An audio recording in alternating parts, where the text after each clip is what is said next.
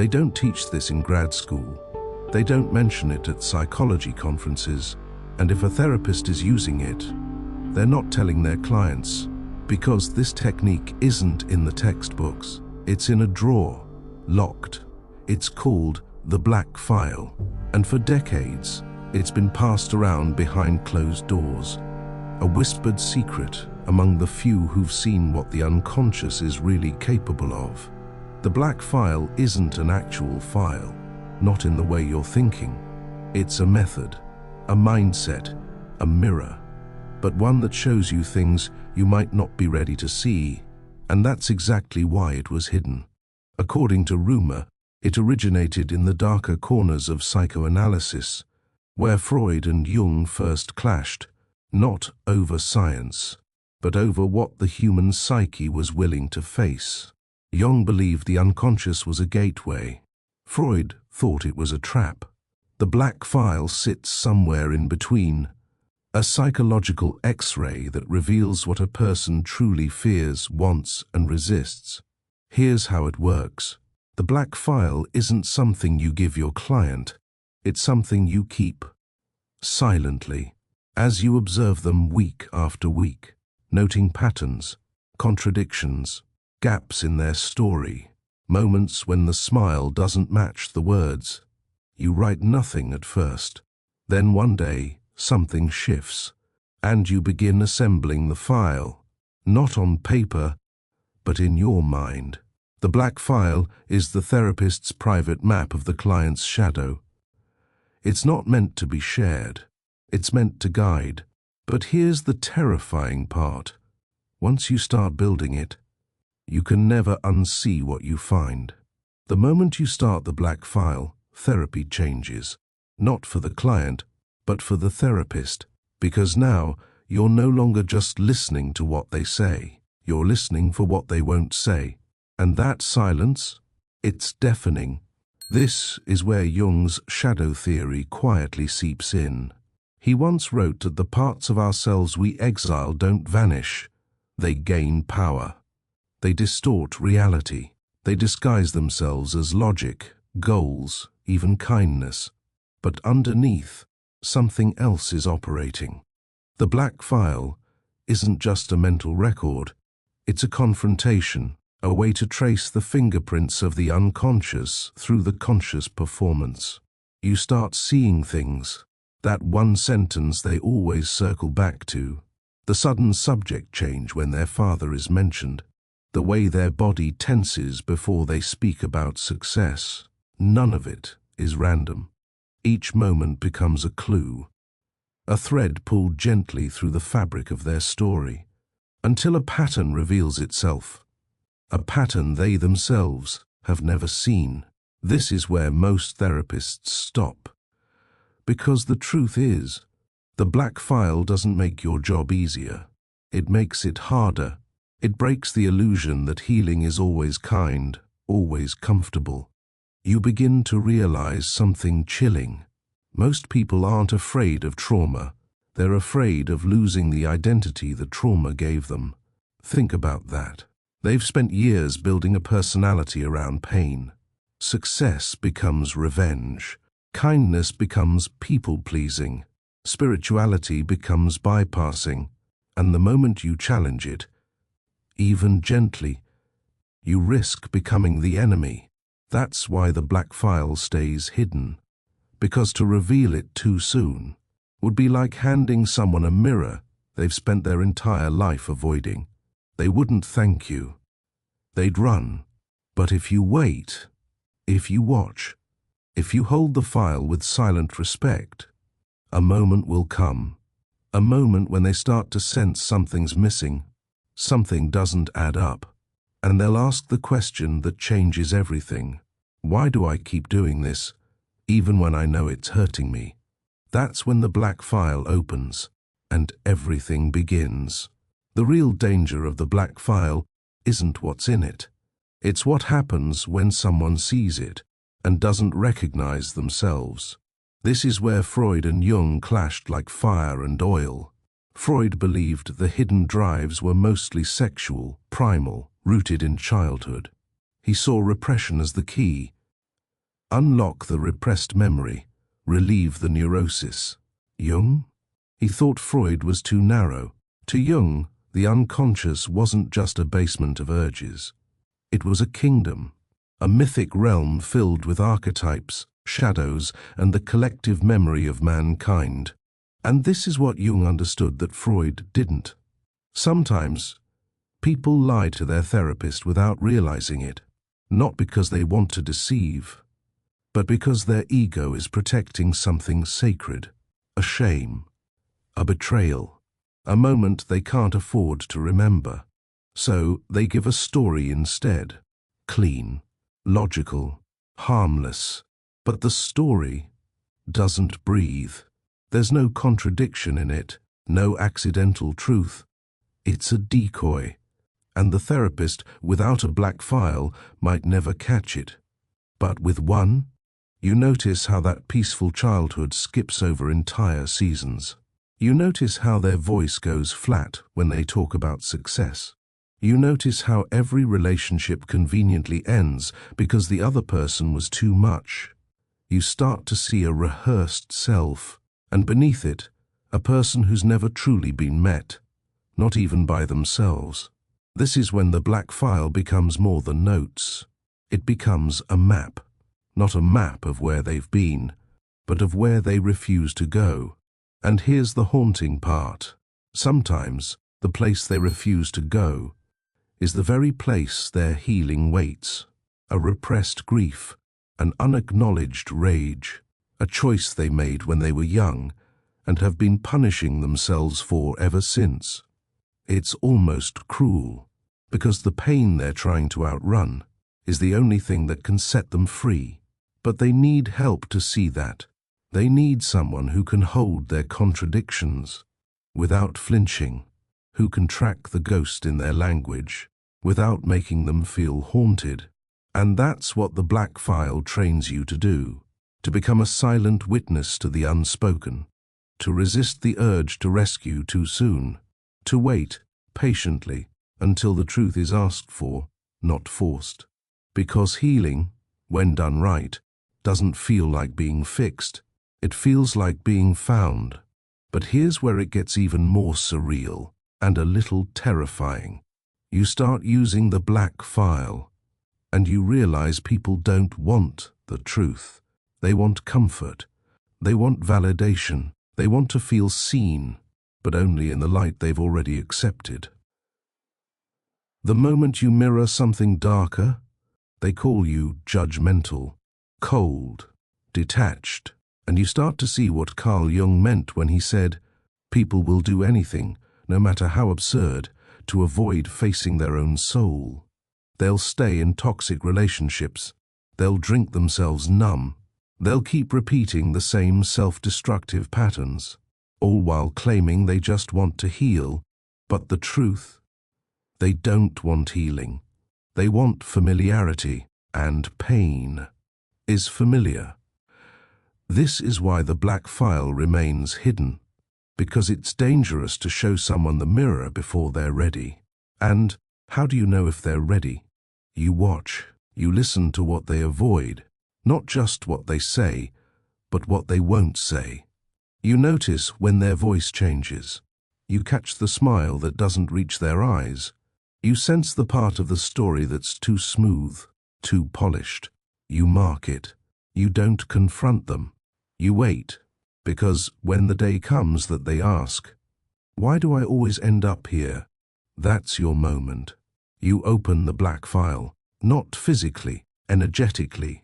You reflect the pattern back to them, gently, precisely, like holding a shard of glass to the light. You don't accuse, you don't interpret, you invite them to see. And in that moment, something shifts. Not always, not dramatically, but something tiny collapses inside the false identity. A mask slips, a defense softens, the story starts to breathe. And that breath, that's the beginning of the real self waking up. It's subtle, sacred, and easy to miss if you're looking for breakthroughs and dramatic tears. But for the trained eye, It's everything. That single breath is the moment they stop performing and start remembering. Remembering who they were before the pain taught them who to be. And that is what the black file is really for. Not to fix, not to expose, but to guide, quietly, precisely, back to the place they abandoned long ago. But there's something else you should know. The black file doesn't just change how you see others, it changes how you see yourself. Because once you've used it long enough, you can't hide from your own patterns either. You start hearing your own excuses louder. You notice how often you avoid, deflect, perform. You catch yourself choosing what's familiar over what's true. You see how often your so-called kindness is actually fear in disguise. Fear of being rejected. Fear of being too much. Fear of being seen. And so the file turns inward. You flip through your own history. The childhood silence, the teenage rage, the relationships where you lost yourself just to be loved. You start to realize something chilling. You've been creating the same story over and over. Different people, different places, same blueprint. It's not that life kept hurting you. It's that a part of you needed to be hurt, to stay aligned with the version of yourself you unconsciously decided was real. The broken one, the one who never got to speak, the one who believed love had to be earned through suffering. That's what the black file exposes. Not just wounds, but the logic behind the wounds. Why we stay, why we sabotage, why we run from the very thing we claim we want. And once you see it, you can't unsee it, which is why so many people aren't ready. Because when you reach into that black file and pull out your own story, you don't just find pain, you find responsibility, not blame, not shame, but a quiet moment where you realize, I created this. And in that moment, you face a choice. Do I go back to sleep, into comfort, into chaos, into denial, or do I stay awake and build a new story, one hard truth at a time? This is the invisible threshold every real seeker must cross. Not a spiritual high, not a mystical experience, but a quiet reckoning with your own fingerprints all over your suffering. And if you're still here, still listening, you're already past that threshold. Now, the only question is, what are you willing to see about others and about yourself that could set you free? Let's get practical. How do you actually use the black file technique in your everyday life without becoming paranoid or bitter? It starts with observation, not accusation. You're not hunting for villains. You're listening for patterns. When someone speaks, don't just hear what they say. Notice how they say it, what they avoid, what they emphasize. The black file doesn't begin with judgment. It begins with curiosity. Why do they keep bringing up how generous they are? Why do they talk about their ex in every conversation? Why do they joke about things that clearly still hurt? You're not analyzing to attack. You're analyzing to understand. Because behind every odd statement is a wound, a blueprint, a ghost of something unresolved. Here's a small example. Let's say someone constantly interrupts you when you're sharing something vulnerable. Instead of reacting emotionally, pause. Flip open the file. This pattern might mean they were never listened to as a child, so they overcompensate. One vulnerability makes them uncomfortable because it reminds them of their own. They're used to performing, not connecting, and your rawness threatens that. Now, you have options. You can meet them with awareness, with firm boundaries, with compassion without self-abandonment. That's what the black file gives you. Not power over people, but clarity within yourself. It removes the fog, the confusion, the gaslighting you've done to yourself for years, telling yourself, They didn't mean it. I'm probably being too sensitive. Maybe I'm the problem. Sometimes you are the problem. And the file shows you that too. But more often, you've just been missing the map. This is how the technique evolves. At first, it's about others. But over time, it becomes a tool for radical self-trust. You no longer need to explode or shut down or ghost people to protect yourself. You just see clearly, and that clarity becomes peace. No more second-guessing your intuition. No more pretending toxic behavior is just how they are. No more hoping people change when they've already shown you who they are 5 times. When the black file is active in your life, you don't need a guru. You don't need revenge. You don't even need closure. You just need your own eyes open, finally, to what's always been there. But there's a deeper layer still. The black file is not just about protecting yourself from others. It's about confronting the part of you that keeps walking into the fire. Because here's the secret no one tells you. You don't attract manipulators just because they're good liars. You attract them because part of you is still looking to rewrite the story. To get from them what someone else once refused to give. Love, approval, safety. So you ignore the signs. You call it potential. You convince yourself their bad days are your fault. The file sits open, but you keep flipping it closed, because the truth is scarier than the lie. That you've known all along. That you saw the red flags, but painted them white. That part of you was addicted to being chosen by the one who never would.